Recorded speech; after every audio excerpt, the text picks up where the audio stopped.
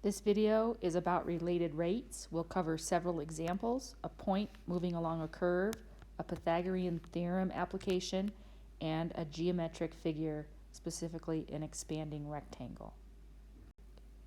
We're going to start with a point that moves along a curve, 3y plus 4y squared plus 3x equals 4. When the point is at 1, 1, the x-coordinate is increasing at a rate of 3 units per second, and we would like to know how fast the y-coordinate is changing at that particular instant in time. So we're going to start by writing down everything that we know. So we clearly already have our relationship between x and y, and x and y both change with respect to time. So we're told that dx dt is increasing, positive, at a rate of 3 units per second. And we would like to know dy dt when we are at 1, 1. So we could say when x is 1 and y is 1.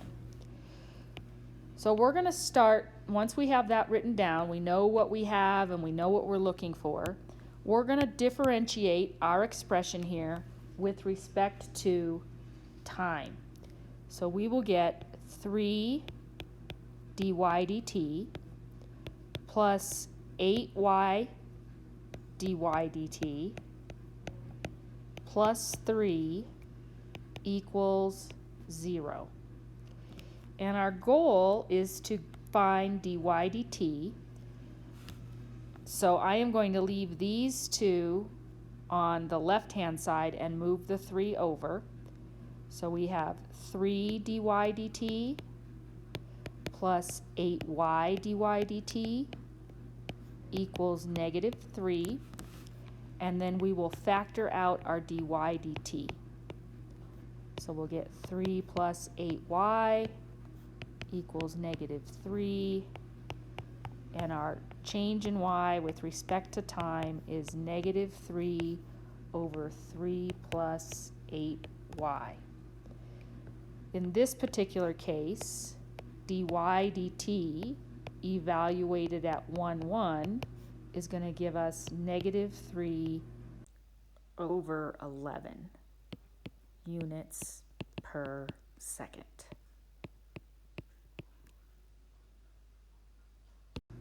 We have a child flying a kite, which is at a height of 100 feet. The wind is carrying the kite horizontally away from the child at a speed of 10 feet per second. The question is, how fast must the kite's string be let out when the string is 200 feet long? So as always, if we can draw a picture that represents what's going on, then we have a better chance of understanding what's going on. So our kite is 100 feet in the air, and the distance here we're going to call x, and we'll call this s because that's the string. We happen to know that the rate at which the kite is moving away from the child is 10 feet per second. And we want to know what is ds dt when s is 200 feet, when our string is 200 feet long. So again, before I start to do any mathematics here, I've just written down what I know and what I'd like to know.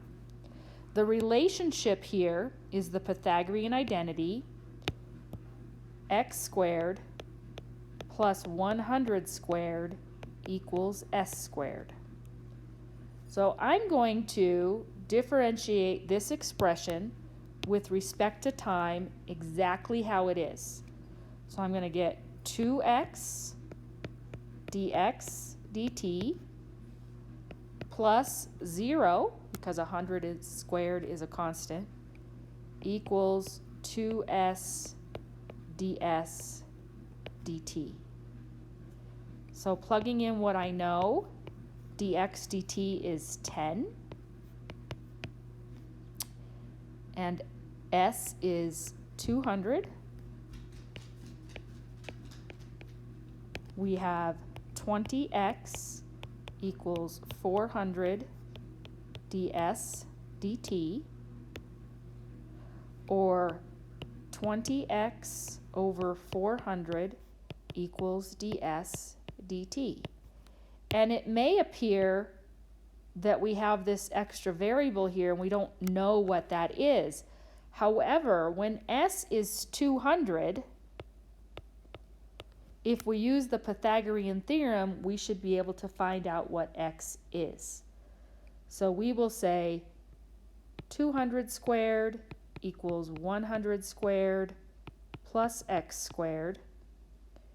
We will get 30,000, 40,000 minus 10,000 equals x squared, or the square root of 30,000 equals x. So this is 100 root 3. So this is what I'm going to use for x. I'm going to get 20 times 100 root 3 over 400, which is 5 root 3 is ds dt, and it says that must let the kite string out,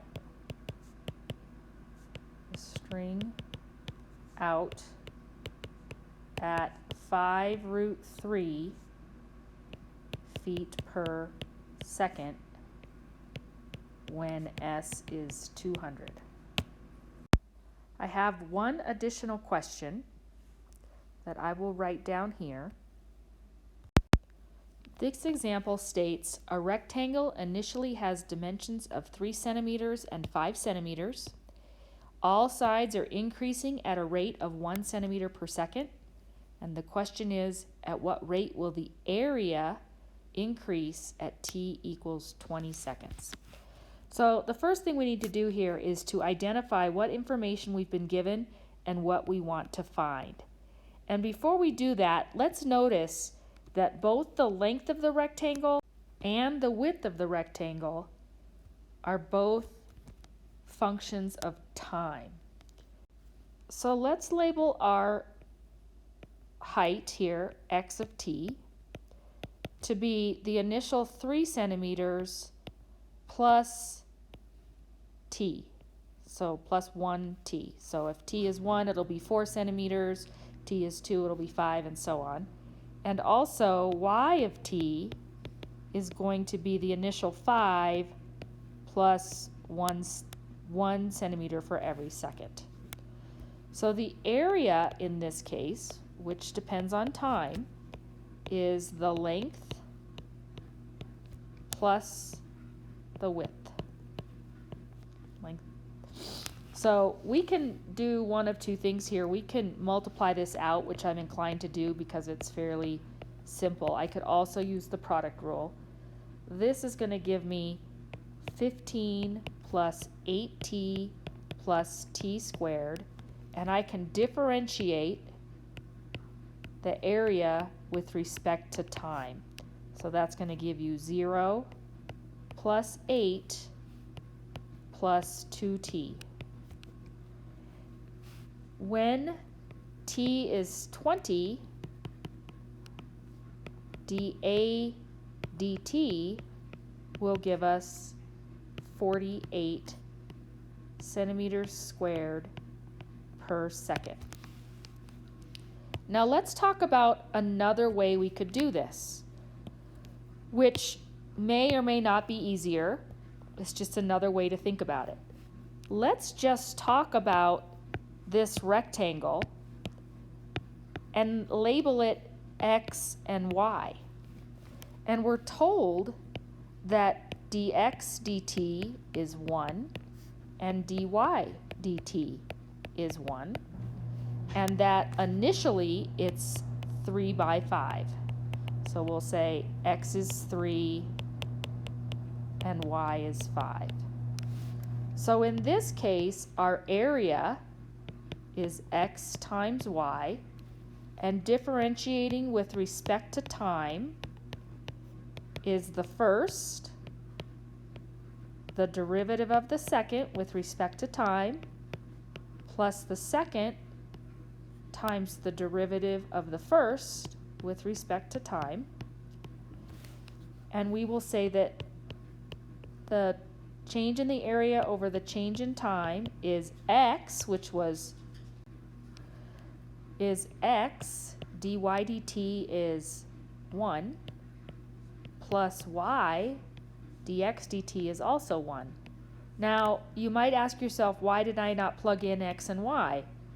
Because I want to know what x and y are at 20 seconds.